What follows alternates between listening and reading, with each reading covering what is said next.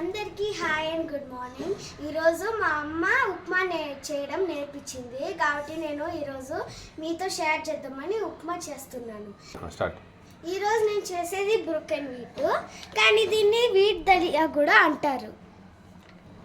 ఇది పెద్దవాళ్ళకు షుగర్ ఉండే వాళ్ళకి కంట్రోల్ అవుతుంది. ఇది మంచి ఫుడ్. ఇంకా స్టార్ట్ చేద్దామా?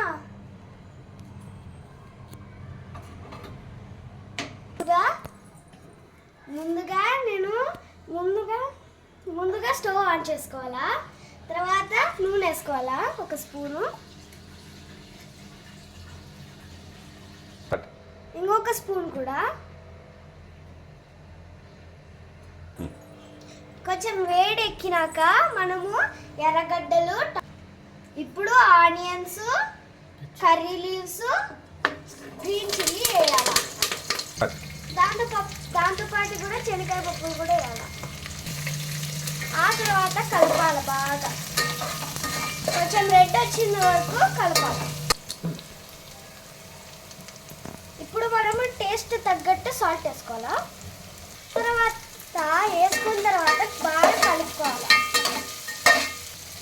ఇంకొక 1 minute తర్వాత టమాటా వేద్దాము. ఇప్పుడు టమాటా వేద్దామా.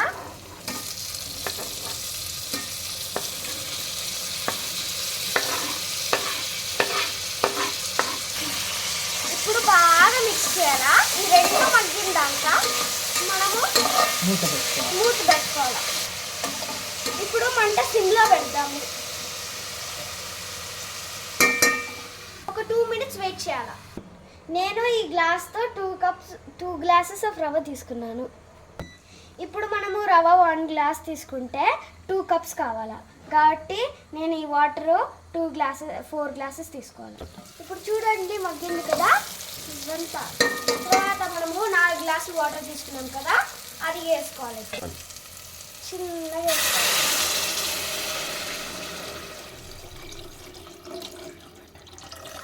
ఈ తర్వాత ఫుల్ మంట పెట్టుకోవాలి.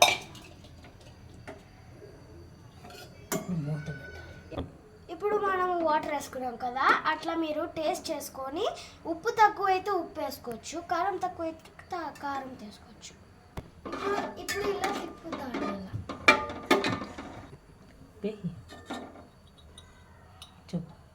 ఇప్పుడు నాకు ఉప్పు సరిపోలేదు కాబట్టి వేస్తున్నాను ఉప్పు.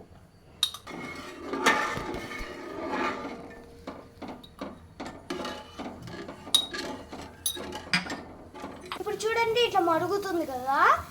ఇప్పుడు మనము 2 cups తీసుకున్న రవ్వ వేసుకోవాలి.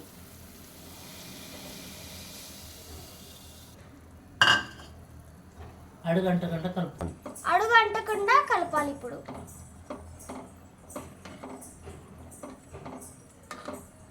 మళ్ళీ ఇలా తిప్పుకుంటుండాలి.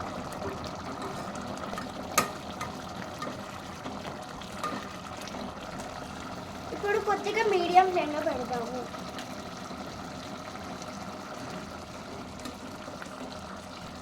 కలుపుకుంటూ ఉండాలా. ఇంకా మన 2 minutesలో ఉప్మా రెడీ. ఇప్పుడు మనం 1 నిమిషం మూత పెట్టుకుందాము. ఇప్పుడు మనం సిమ్లో పెట్టుకొని ఒకసారి కలుపుకుందాము. ఆహా, ఎంతో బాగా స్మెల్ వస్తుంది. ఇప్పుడు మన రుచికరమైన ఉప్మా రెడీ.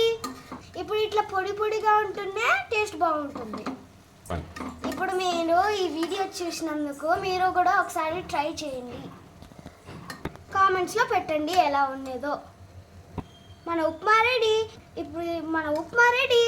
ఈ వీడియో నచ్చినట్టయితే ప్లీజ్ లైక్ చేసి షేర్ చేసుకొని సబ్స్క్రైబ్ చేసుకోండి. Thanks for all.